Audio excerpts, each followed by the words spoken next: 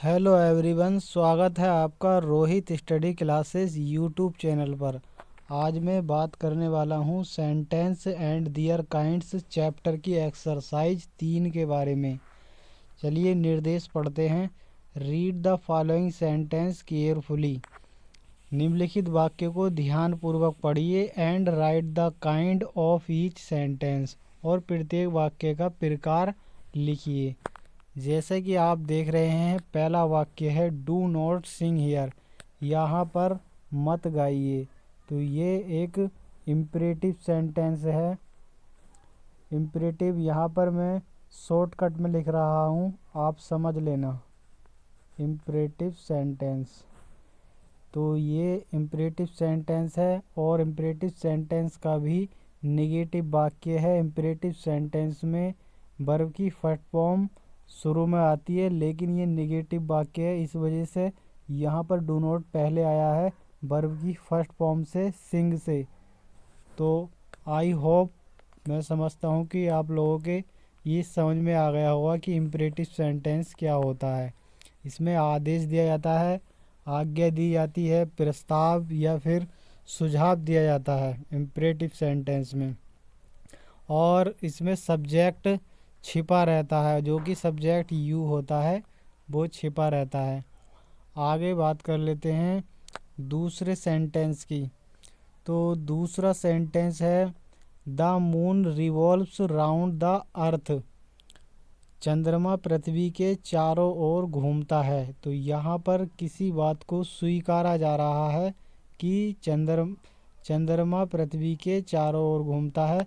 तो ये असर्टिव वाक्य है, और असर्टिव वाक्य दो प्रकार के होते हैं, अफर्मेटिव और निगेटिव।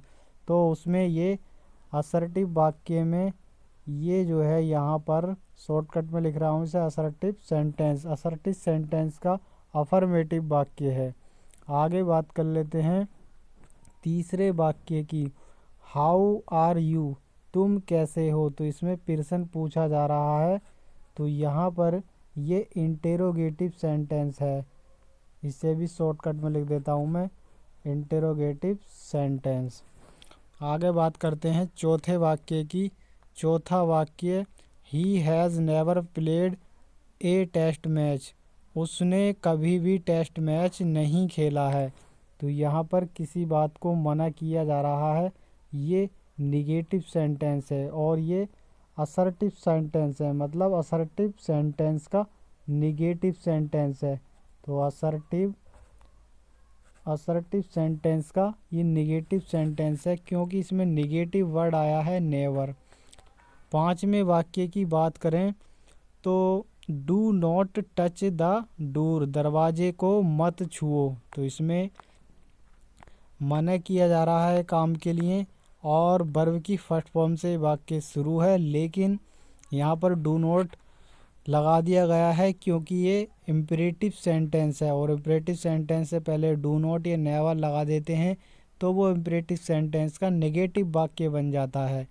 तो इसमें जो है ये पांचवा वाक्य, ये जो है इम्परेटिव सेंटेंस है।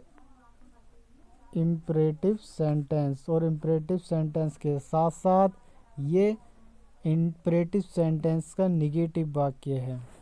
आगे बात करते हैं छठे वाक्य की।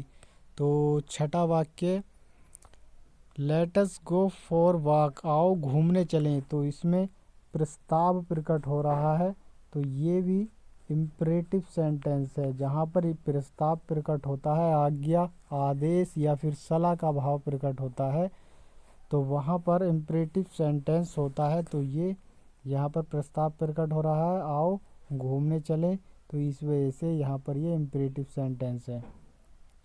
सातवें वाक्य की बात करें तो please bring me A cup of coffee, कृपया मेरे लिए एक कप कॉफ़ी लाइए। तो यहाँ पर प्रार्थना प्रकट हो रही है, और ये इम्परेटिव सेंटेंस है। इम्परेटिव सेंटेंस है सातवां, इसे लिख देता हूँ मैं, इम्परेटिव सेंटेंस। इम्परेटिव सेंटेंस है। कॉफ़ी को हिंदी में कहवा कहते हैं, और कहीं कहीं कुछ क्षेत्रों में कॉफ़ी ही कहा जाता है।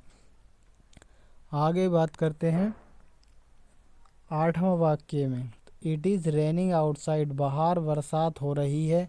तो यहाँ पर फुल स्टॉप लगा हुआ है लास्ट में और किसी बात को स्वीकारा जा रहा है। तो यहाँ पर ये असर्टिव सेंटेंस है। असर्टिव सेंटेंस होने के साथ साथ ये असर्टिव का अफर्मेटिव वाक्य है। आगे बात करते हैं नवे वाक्य की। तो नवा वाक्य है वेयर डज ही लिव, वह कहाँ रहता है। इसमें पर्सन पूछा जा रहा है। तो पर्सन पूछा जा रहा है तो इस वजह से ये इंटेरोगेटिव सेंटेंस है, क्योंकि इंटेरोगेटिव सेंटेंस में पर्सन पूछा जाता है। आगे बात करते हैं 10वें सेंटेंस की। तो 10वां सेंटेंस है Lucknow is the capital of Uttar Pradesh. Lucknow Uttar Pradesh की राजधानी है, किसी बात को स्वीकारा जा रहा है।